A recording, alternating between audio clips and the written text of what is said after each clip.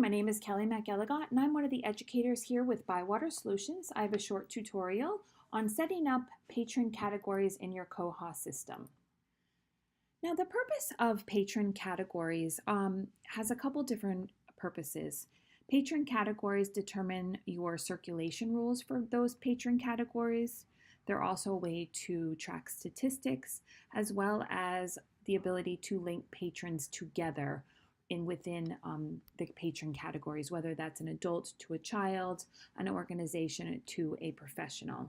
So today we're going to set up a patron category, and I'm going to walk you through those steps. Patron categories are found under the Koha administration module. And under patrons and category, you'll see those patron categories. Now, whether this is your first patron category or another patron category you're creating, it depends on what you see here. You can see I have some patron categories set up already. I'm going to go ahead and create a new patron category so we can walk through step by step.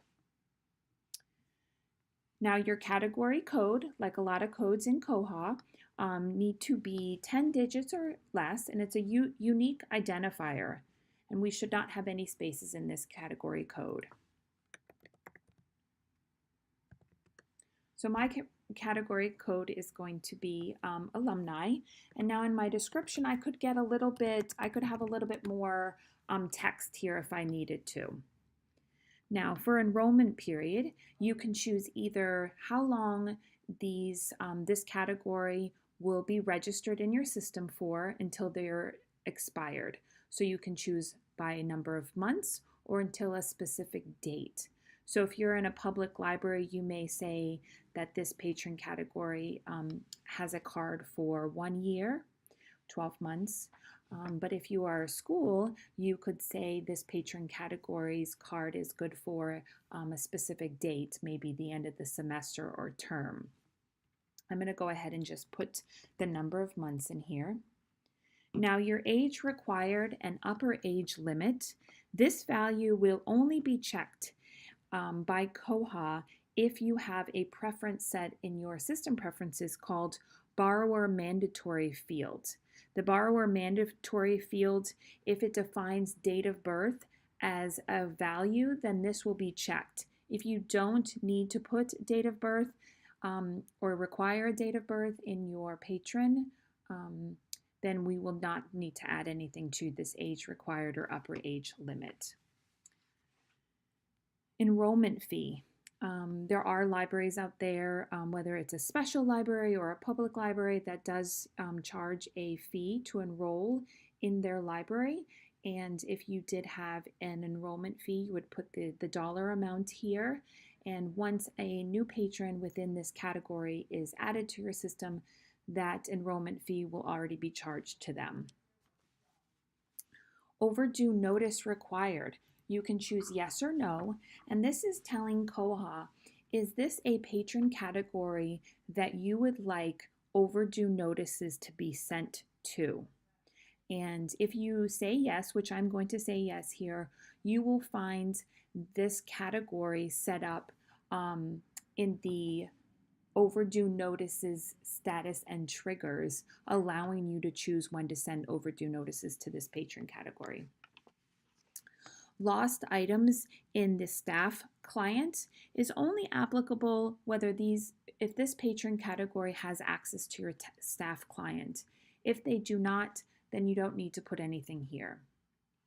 If your library has charges for placing holds, then you would put that dollar amount in this field. So when a patron of this category, alumni, put something on hold, they would be charged this fee.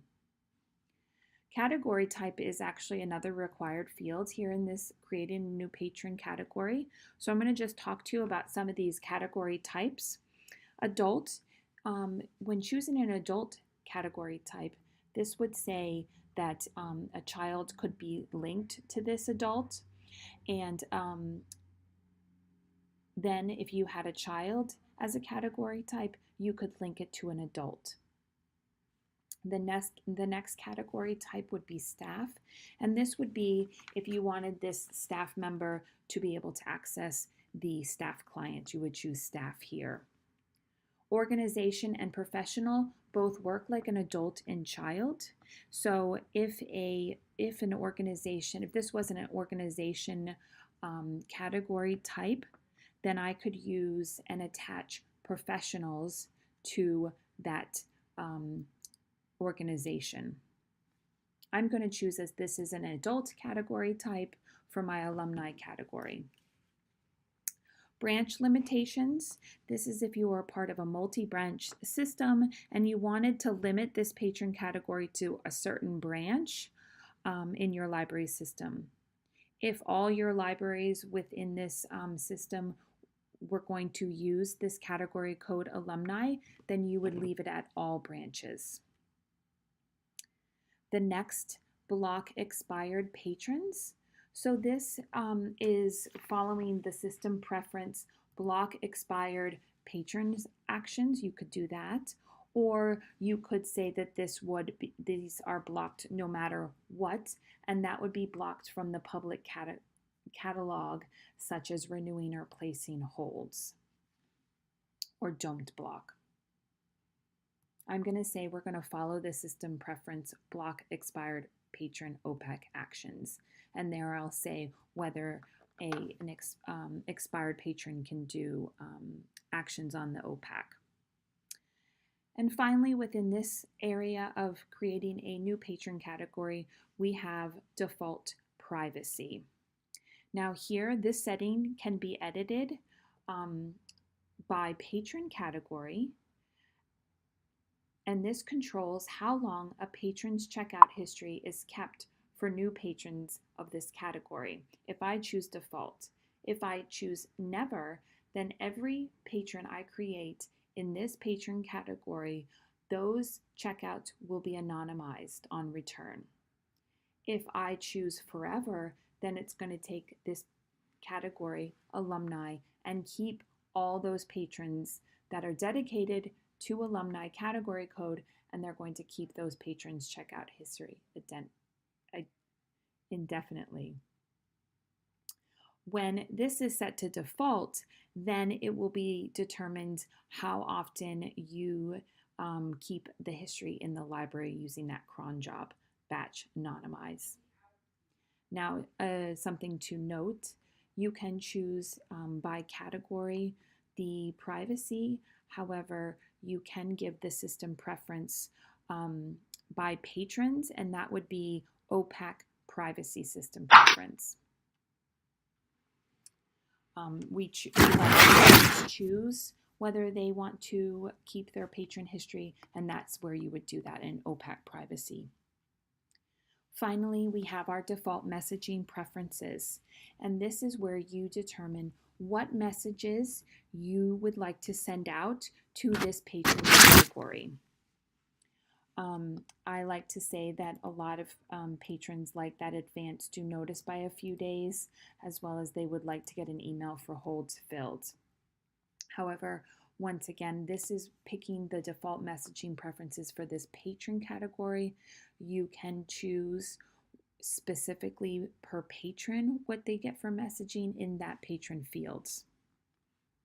Okay, we're going to go ahead and save that.